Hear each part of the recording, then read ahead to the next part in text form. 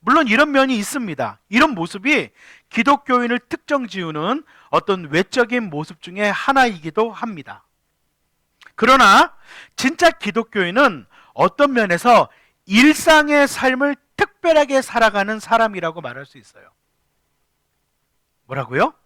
기독교인은 일상의 삶을 특별하게 살아가는 사람이라고 말할 수 있습니다.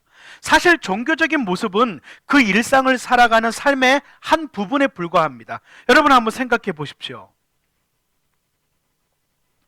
우리는 기도하는 시간보다 사람을 만나는 시간이 더 많아요. 그렇죠? 성경을 읽는 시간보다 음식을 먹거나 무언가를 마시는 시간이 더 많습니다. 교회에서 보내는 시간보다 일터나 길가나 슈퍼마켓이나 학교나 미용실에서 일상의 여러 곳에서 보내는 시간이 훨씬 많습니다. 사실 이 일상을 얼마나 멋지게 매력 있게 살아가느냐가 어떤 면에서 진정한 기독교인의 모습이라고 말할 수 있어요.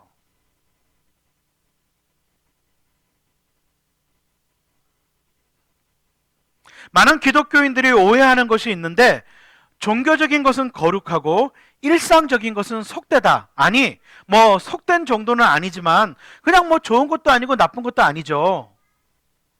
그냥 어쩔 수 없이 그냥 하는 거죠 라고 생각하는 분들이 많습니다. 그러나 잘 생각해 보시면 우리가 음식을 먹는 것도, 사람들을 만나 노는 것도, 필요한 것을 사기 위해 두 발로 걷고 물건을 두 팔로 옮기고 더운 날씨에 시원한 음료수를 마시는 것, 이 모든 것이 하나님이 그렇게 만든 거예요.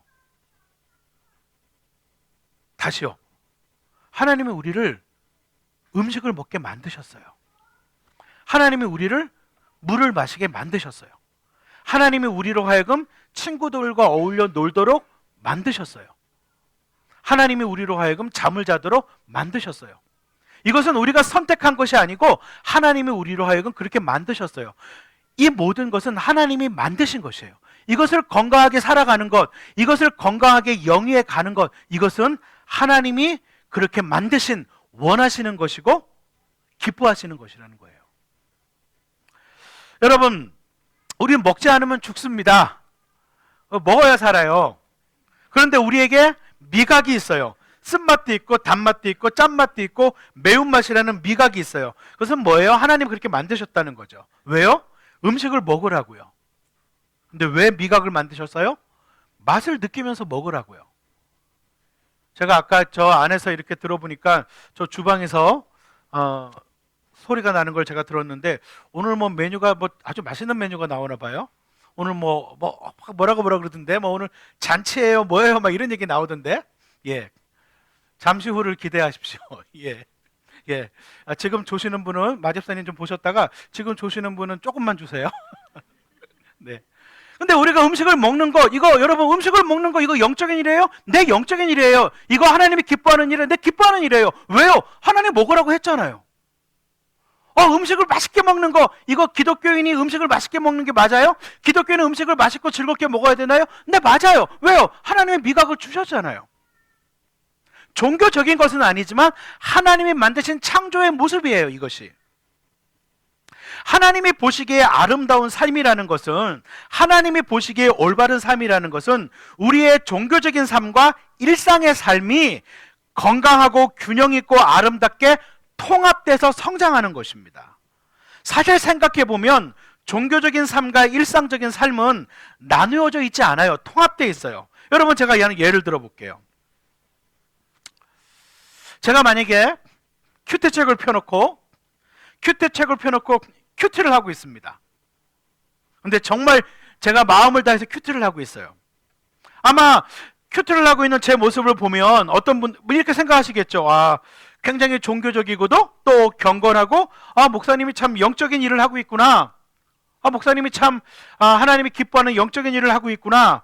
굉장히 종교적인 일을 하고 있고 경건하게 보이시는구나, 이렇게 생각할 수 있습니다. 그리고 실제로 맞아요. 틀린 것이 아니에요. 그것이 진심으로 하는 큐티라면. 그러나 여러분 생각해 보세요. 제가 큐티를 하기 위해서는요, 요 큐티하는 요 시간을 만들기 위해서는요, 제 일상생활이 건강하게 영위되지 않으면 이 큐티 못한다는 거예요. 예를 들어 볼까요? 제가 큐티를 하려면요, 저는 일을 해서 돈을 벌어야 돼요. 그리고 그 돈으로 큐티책을 사야 돼요. 그리고 그 큐티책을 사기 위해서 서점에 가려면 제 다리가 튼튼해야 됩니다. 아, 인터넷으로 구입하면 된다고요? 인터넷으로 구입하려면 제가 컴퓨터와 인터넷을 사용할 줄 알아야 합니다. 자, 큐티책을 샀습니다. 책상에 앉아서 지금 큐티를 합니다. 그렇게 큐티를 하려면 저는 뭘 해야 돼요? 한글을 알아야 합니다. 제 시력은 글자를 읽을 수 있어야 됩니다. 제 뇌는 정상적으로 사고가 가능해야 됩니다. 이 모든 것들이 존재해야만 저는 큐티를 할 수 있어요. 자, 여러분, 종교적인 것과 비종교적인 것이 분리되어져 있나요? 종교적인 것과 일상적인 것이 분리되어져 있나요? 통합되어져 있어요. 큐티를 하는 이 시간이 되어지기 위해서는 제 다리도 건강하고 눈도 건강하고 한글도 읽을 줄 알아야 되고 열심히 일해서 돈을 벌어서 큐티책도 사야 되고 제 뇌가 정상적으로 사고가 이루어지는 이 모든 일상적이고 평범한 것이 건강하게 영이 되어야지 종교적인 큐티도 할 수 있는 것이에요. 이것이 분리되어 있는 게 아니라는 것이에요. 여러분, 일상적인 것과 종교적인 것이 나누어져 있지 않잖아요? 통합되어져 있습니다. 사실은 일상의 삶 속에 종교적인 것이 들어와 있는 것입니다. 그렇다면 진정한 기독교인으로 살아간다, 하나님 안에서 살아간다는 것은 일상 중에 어느 종교적인 시간 또 종교적인 행위를 하는 시간만이 아니라 삶의 모든 시간 속에서 하나님의 뜻에 맞게 밝고 건강하고 바른 삶을 살아간다는 것을 의미합니다. 우리는 영적인 사람이라고 하면 단순하게 종교적인 행위만을 갖고 평가하는 경우가 많아요. 저 사람 기도를 많이 해. 저 사람 성경책을 많이 읽었어. 저 사람은 큐티를 매일 해. 그것만을 가지고 우리는 저 사람이 신앙이 좋다, 영적이다, 건강한 영적인 삶을 살아간다고 생각하기 쉬우나 그것과 더불어서 일상적인 삶 전체가 통합되어 있기 때문에 진짜 영적인 사람, 진짜 하나님 앞에서 건강하게 살아가는 사람은 그 종교적인 시간만이 아니라 일상의 삶도 건강하고 밝고 그 일상의 삶도 하나님이 기뻐하시는 삶을 살아가는 사람들이에요. 이게 진짜 영성이고 이게 진짜 영적인 사람이고 이게 진짜 하나님이 기뻐하는 성숙한 사람이라는 것이죠. 사실 여러분, 세상에서 만나는 우리의 친구들과 우리의 이웃들은 우리가 얼마나 교회에서 예배를 잘 드리는지 별로 관심이 없습니다. 세상에서 만나는 우리의 친구들과 우리의 이웃들은 우리가 얼마나 성경책을 많이 읽고 얼마나 기도를 많이 하는지 알고 싶어 하지도 않습니다. 그러나 그들은 우리의 일상을 지켜봅니다. 그들은 우리의 일상생활을 지켜봅니다. 세상을 읽는 관점이 자신들과 어떻게 다른지, 친구들과 수다를 떨고 재밌게 얘기하면서도 다른 친구 뒷담화를 하지 않으면서도 재미있고 유쾌하게 이야기를 하는지, 같이 밥을 먹는데 즐겁고 맛있게 음식을 감사하며 먹는지, 힘든 일을 하면서도 성실하게 그 일을 하는지, 때로는 손해를 보면서도 정직하려고 애를 쓰는지, 길에 떨어진 휴지 하나를 조용히 집어서 주머니에 넣는 그 모습 속에서 그들은 그리스도인들에게 매력을 느끼고 멋을 느끼고 그런 삶의 비밀을 알고 싶어 한다는 것이죠. 물론 이런 일상적인 삶은 종교적인 삶과 통합되어져야 합니다. 기도와 말씀과 예배가 없는 삶이 이런 진실한 삶을 만들어내지 못해요. 반대로 이런 일상의 삶이 매력있고 건강한 삶일 때 우리의 신앙이 균형있고 건강하다는 것을 증명하게 됩니다. 여러분, 누군가의 말처럼 기독교는 삶의 종교입니다. 누구보다도 삶의 질을 추구하는 신앙을 가진 사람들이 그리스도인들입니다. 영원한 하나님의 나라를 믿지만 또한 이곳에 임하신 하나님의 나라를 알고 그 하나님의 나라의 삶을 일상에서 살아내는 사람들이 그리스도인이라는 것입니다. 그래서 그리스도인들은 현실을 외면하지 않아요. 일상을 대충 살지 않아요. 참된 기쁨과 진정한 감사를 가지고 살아간다는 행복 속에서 사는 사람들이 그리스도인입니다. 이해가 좀 되세요? 이해가 잘 되고 계시나요? 어제가 무슨 날이었나? 오늘따라 많이 피곤해 보이시는 것 같아요. 네. 여러분, 오늘 우리가 읽은 이 전도서는요, 오늘 우리가 전도서를 읽었는데 이 전도서는 누가 썼죠? 솔로몬이 썼습니다. 솔로몬의 직업이 뭐예요? 왕이에요. 그죠? 솔로몬은 왕이었고 우리가 아는 것처럼 땅에 살았던 모든 사람 중에 가장 화려한 영화를 누렸고요. 이 땅에 어떤 사람도 비교할 수 없을 만한 지혜를 가졌던 사람입니다. 그런데 그 사람이 이제 말년이 됐어요. 전도서를 말년에 쓰거든요. 모든 것을 누려본 가장 지혜로운 사람이 말년에 우리에게 하는 소리에 귀를 기울여야 돼요. 전도서는 솔로몬이 인생 전체를 통해서 깨달은 지혜를 담고 있기 때문입니다. 오늘 우리가 읽은 본문은 언뜻 보면 좀 어두워요. 오늘 우리가 읽은 본문은 왜냐하면 1절부터 6절까지 보면 솔로몬은 인생의 대전제가 되는 세 가지를 얘기해요. 모든 사람, 선한 사람이건 악한 사람이건 잘난 사람이건 못난 사람이건 모든 인생에게 동일하게 전제가 되는 세 가지를 말해요. 1절부터 6절에. 그게 뭐예요? 첫째는 사람은 아무도 자신의 미래를 예측할 수 없다는 거예요. 첫 번째 전제가 뭐예요? 사람은 아무도 자신의 미래를 예측할 수 없다는 것입니다. 제가 얼마 전에 아주 냉소적인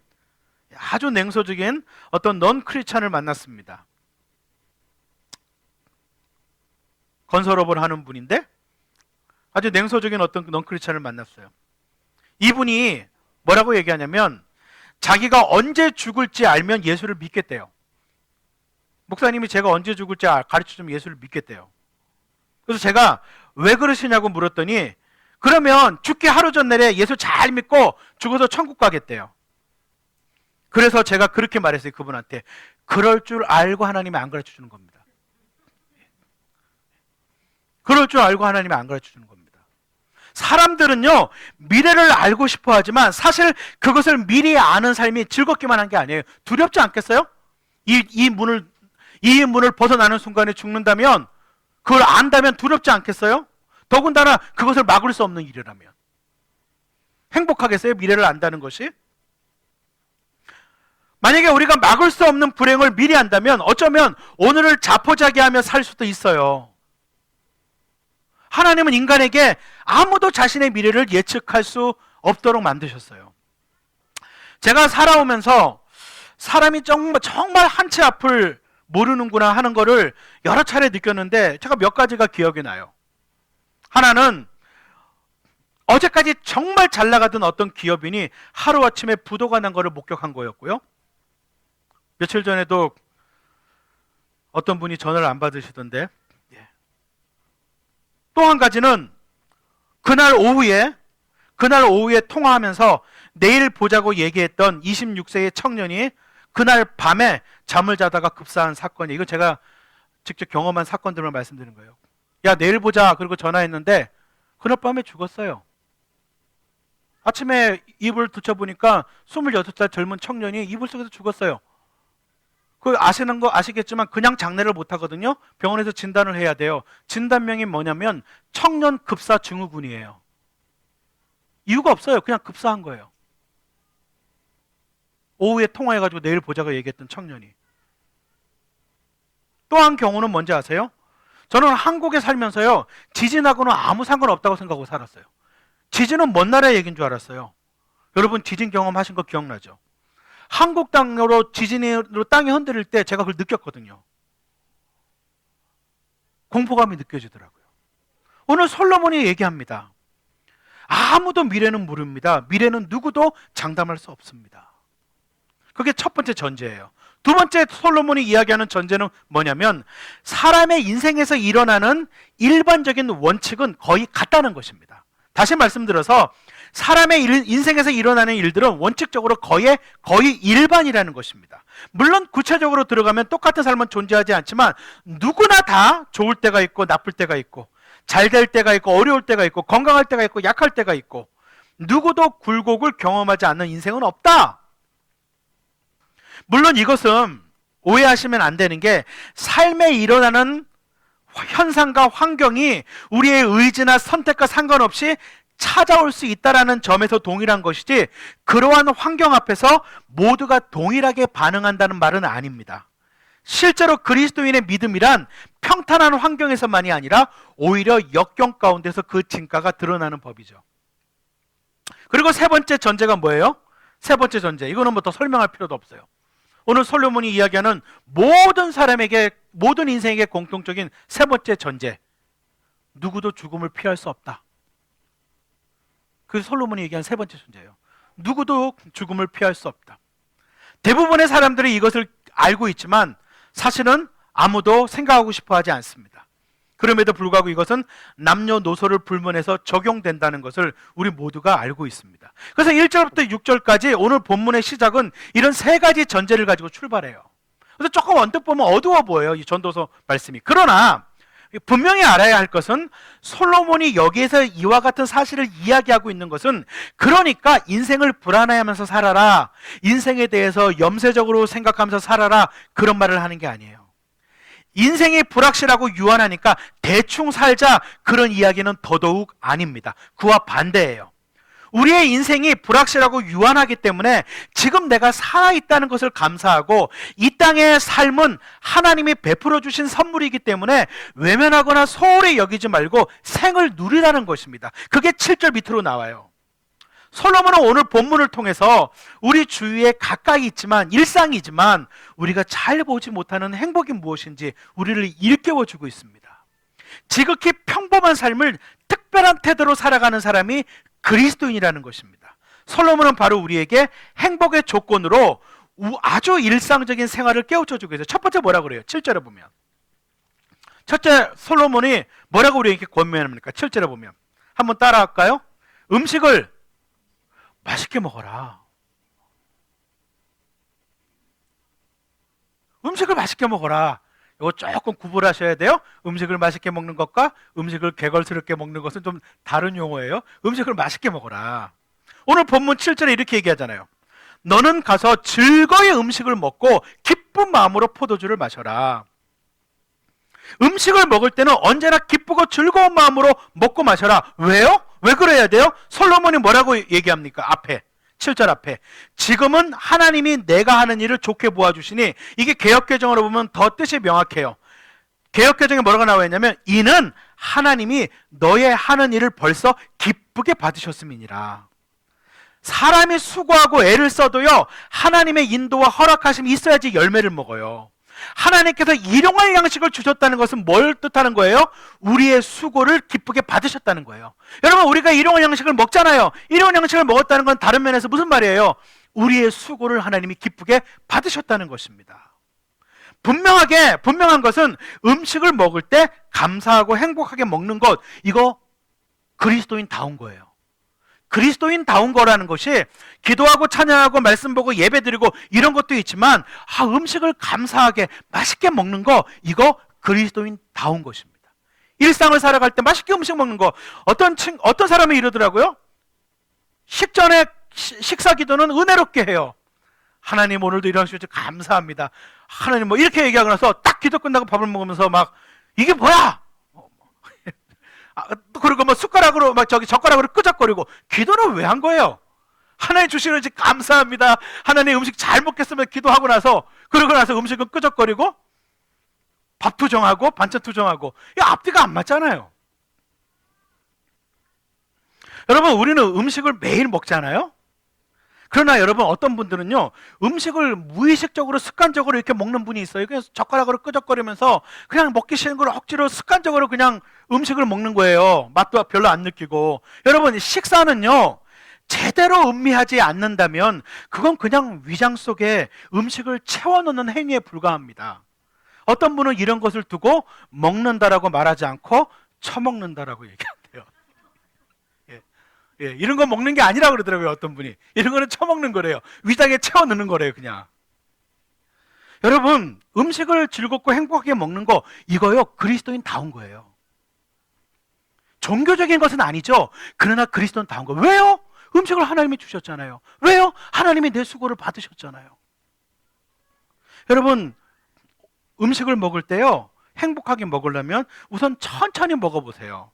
우리 군대 갔다 온 남자들이 좀처럼 잘 안 되는데, 음식을 천천히 먹어보십시오. 그리고 그 맛을 음미해 보세요. 맛을 음미하면서 그 맛에 한번 빠져보십시오. 물을 마실 때도요, 두 눈을 감고 천천히 한번 마셔보세요. 물이 입에 닿는 순간에 그 맛과 함께 차가움이 전신에 퍼지도록 한번 해보세요. 물을 마시면서 이 물이 내 몸에 들어가서 모든 불순물을 씻어내고 활력과 건강을 불러들이고 있다는 생각을 하면서 한번 마셔보십시오. 이런 방법으로 먹고 마시는 느낌은 우리를 충만하게 만들어주고 삶의 풍요로움을 만들어줄 것입니다. 우리의 수고를 받으시고 기쁘게 그 양식을 주신 하나님 앞에서 감사와 즐거움으로 음식을 먹고 마시는 것, 이것은 성경적인 그리스도인입니다. 두 번째로 오늘 솔로몬은 뭐라고 얘기하냐면 삶을 즐기라고 얘기해요. 본문 8절에 오늘 아주 재미있는 말씀이 나오는데 본문 8절에 이렇게 나와요. 너는 언제나 옷을 깨끗하게 입고 머리에는 기름을 발라라. 이렇게 됩니다. 이게 개역개정에는 뭐라고 나오냐면 이렇게 나옵니다. 내 의복을 항상 희게 하며 내 머리에 향기름을 그치지 않게 할지니라. 이렇게 이야기합니다. 고대 유대인들은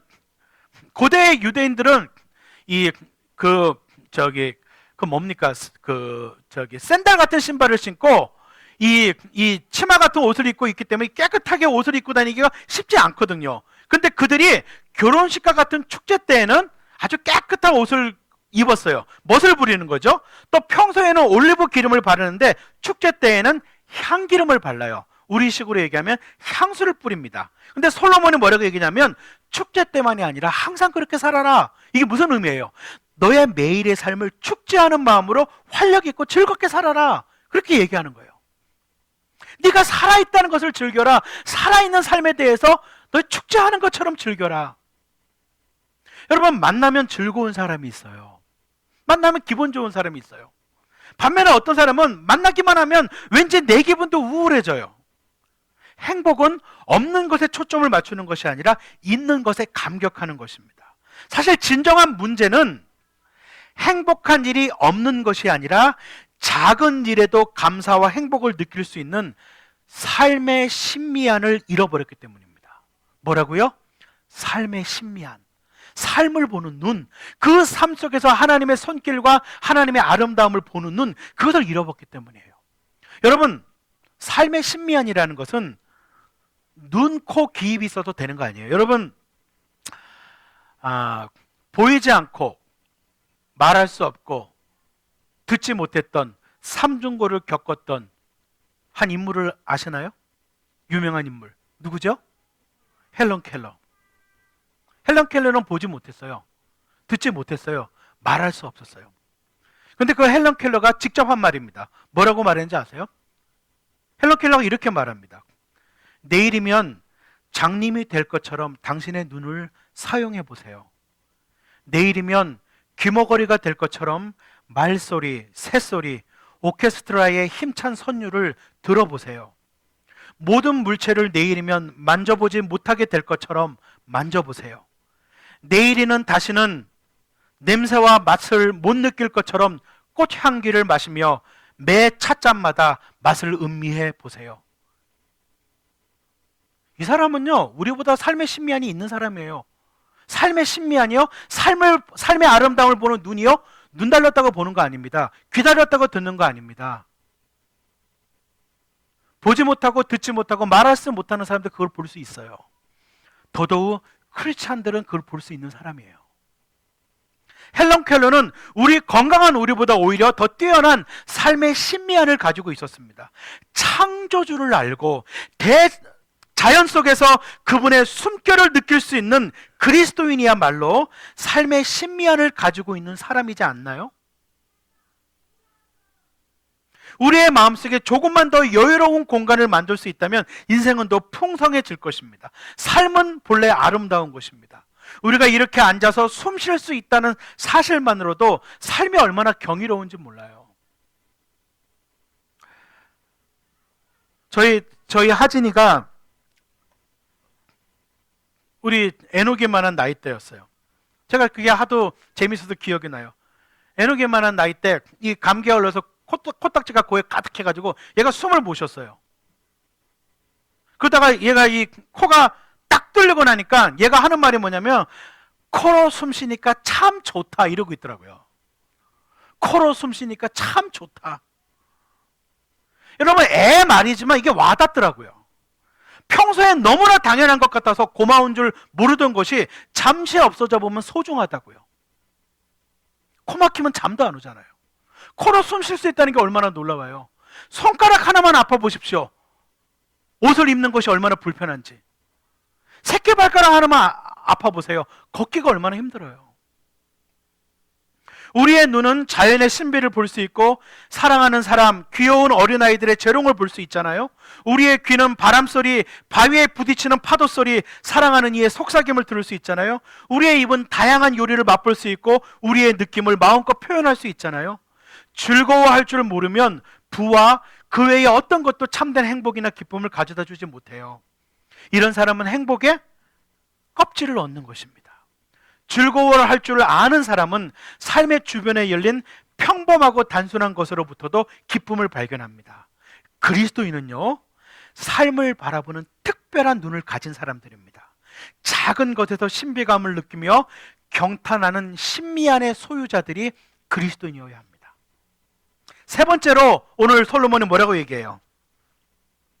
9절에 보면 뭐라고 얘기합니까? 가정생활도 즐겁게 하라고 얘기합니다. 너는 너의 사랑하는 아내와 더불어 즐거움을 누려라. 그것은 내가 사는 동안에 세상에서 애쓴 수고로 받는 몫이다 라고 말씀하고 있어요. 하나님께서 짝지어 주신 부부가 서로 사랑하면서 즐겁게 살라는 것이에요. 그런데 이 말을 하고 있는 솔로몬을 아세요? 이 말을 하고 있는 솔로몬이라는 사람의 인물을 아세요? 이 사람은 후비가 700이요 궁녀가 300이었던 솔로몬 왕이 아내와의 즐거운 삶에 대해서 언급하고 있다는 건 굉장히 의미심장하죠. 그렇게 많은 여인들 속에서 둘러싸여 있어도 결국은 뭐예요? 사랑하는 아내 한 사람만 못하다는 거예요. 어떤 분은 이런 얘기를 하면은 글쎄요, 저는 솔로몬처럼 안 해봐서 모르겠는데요. 일단 해보고. 그러면 안 돼요. 예? 차를 타고 가다가 앞차가 돌아오는데 왜 돌아와요? 앞에 공사 중이라 그러고 막혔어요. 그러면 돌아오는 것이죠. 그걸 꼭 가서 확인해야 돼요. 후비가 그렇게 많았던 솔로몬 왕이 결국은 뭐라고 고백하는 거예요? 인생 말년에 내가 평생을 살아봤는데 아내 한 사람만 못하다. 사랑할 대상이 많아지면 사랑은 증폭되는 게 아니에요. 사랑은 나뉘어져요. 인생의 즐거움을 가정 밖에서 찾으려고 하는 사람이 늘어가는 시대예요. 사랑하는 가족 안에서 인생의 즐거움을 찾아야 한다는 것이죠. 그러면서 뭐라고 얘기해요? 하반절에, 9절 하반절에 솔로몬이 그것은 내가 사는 동안에 세상에서 애쓴 수고로 받는 몫이다. 이 말씀은 현대에 더욱 특별한 의미로 다가오는 것 같아요. 우리가 사는 세상은요, 수고하고 애쓴 후에 가정이 망가지거나 돌아갈 가정을 잃어버리는 경우들을 종종 보는 세상이에요. 하나님을 위해서 많은 것을 이루고 가정을 잃어간다면 결코 하나님이 바라시는 것이 아닙니다. 우리의 땀과 수고를 통해서 더욱 행복하고 아름다운 가정이 되어가는 것, 그것이 우리의 몫이고 하나님이 기뻐하시는 것이라는 거예요. 마지막으로 솔로몬이 네 번째 뭐라고 얘기합니까? 10절에 보십시오. 10절을 같이 한번 읽을까요? 10절을 함께 읽겠습니다. 시작. 내가 어떤 일을 하든지 내 힘을 다하여서 하여라. 이게 네 번째 뭐라고요? 일하는 것도 즐겁게 하라고 얘기합니다. 무슨 일이 주어지든지 간에 기쁜 마음으로 즐거운 마음으로 최선을 다해서 하라는 겁니다. 왜 그렇죠? 뒤에 뭐라고 얘기합니까? 내가 들어갈 무덤 속에는 일도 계획도 지식도 지혜도 없다. 영원히 쉬어야 할 때가 온다는 거예요. 그때는 하나님 앞에서 살아온 인생에 대해서 셈하는 일만 있는 날이 온다는 거예요. 직장인들을 만나보면 너나 할 것 없이 쉬는 날만 손꼽아 기다립니다.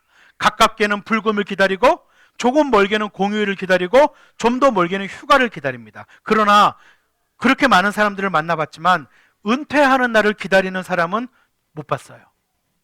늘 쉬고 싶어 하면서도 아주 쉬고 싶어 하는 사람은 한 사람도 없어요. 왜냐하면 일하는 사람에게 휴가가 있고 일하고 맞는 휴가가 진짜 휴가라는 것을 알기 때문입니다. 여러분, 모든 인류의 꿈이라고 말하는 고향인 이 에덴 동산에도 일은 있었습니다. 왜냐하면 일 그 자체는 저주가 아니라 축복이기 때문입니다. 그리스도인은 세상 사람들과 일에 대한 다른 태도를 갖습니다. 그리스도인은 일에 대한 특별한 태도를 갖습니다. 소명으로 일하는 사람이 그리스도인들입니다. 무슨 일이든지 최선을 다하며 살았으면 좋겠습니다. 어떤 분들은 이러시더라고요. 아니, 솔로몬이 이런 말 할 자격이 돼요? 지는 왕의 아들로 태어나서 왕이 될 때까지 평생 손끝에 물 한 방울도 안 묻혔을 텐데 일하는 어려움을 솔로몬이 알아요? 알아요. 왠지 아세요? 세상에 왕 노릇보다 힘든 게 없어요. 여러분 생각해 보세요. 세상에 왕 노릇만큼 힘든 일이 있겠어요? 왕 노릇이 쉽지 않아요. 이 시대의 왕과 우리 시대의 대통령은 다르지만 대통령 자리가 좋은 자리겠어요? 쉬운 자리겠어요? 그렇지 않겠죠. 누가 대통령이 되든 그 자리가 정말 힘든 자리예요. 왕이요? 그 자리가 정말 힘든 자리입니다. 솔로몬은요, 일이 힘든 걸 아는 사람이에요. 일이 고되다는 걸 아는 사람이에요. 그가 오늘 일의 종류를 논하기 전에 기왕 내게 주어진 일을 최선을 다해라고 권고하고 있습니다. 오늘 말씀을 맺겠습니다. 사랑하는 성도 여러분, 오늘 저는 아주 일상적인 이야기를 말씀드렸어요. 그러나 이 일상을 살아가는 것이, 이 일상을 건강하고 매력있고 멋있게 살아가는 것이 그리스도인의 진정한 영성이라고 말씀드렸어요.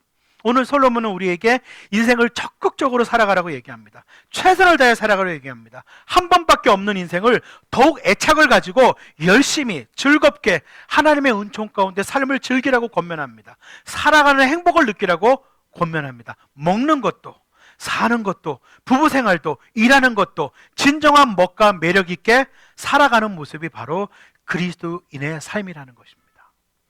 아직도 가야 할 길에 있습니다. 우리는 그 속에서 우리는 일상을 살아갑니다. 일상 속에서 하나님 나라의 진정한 행복을 드러낼 수 있기를 소망합니다.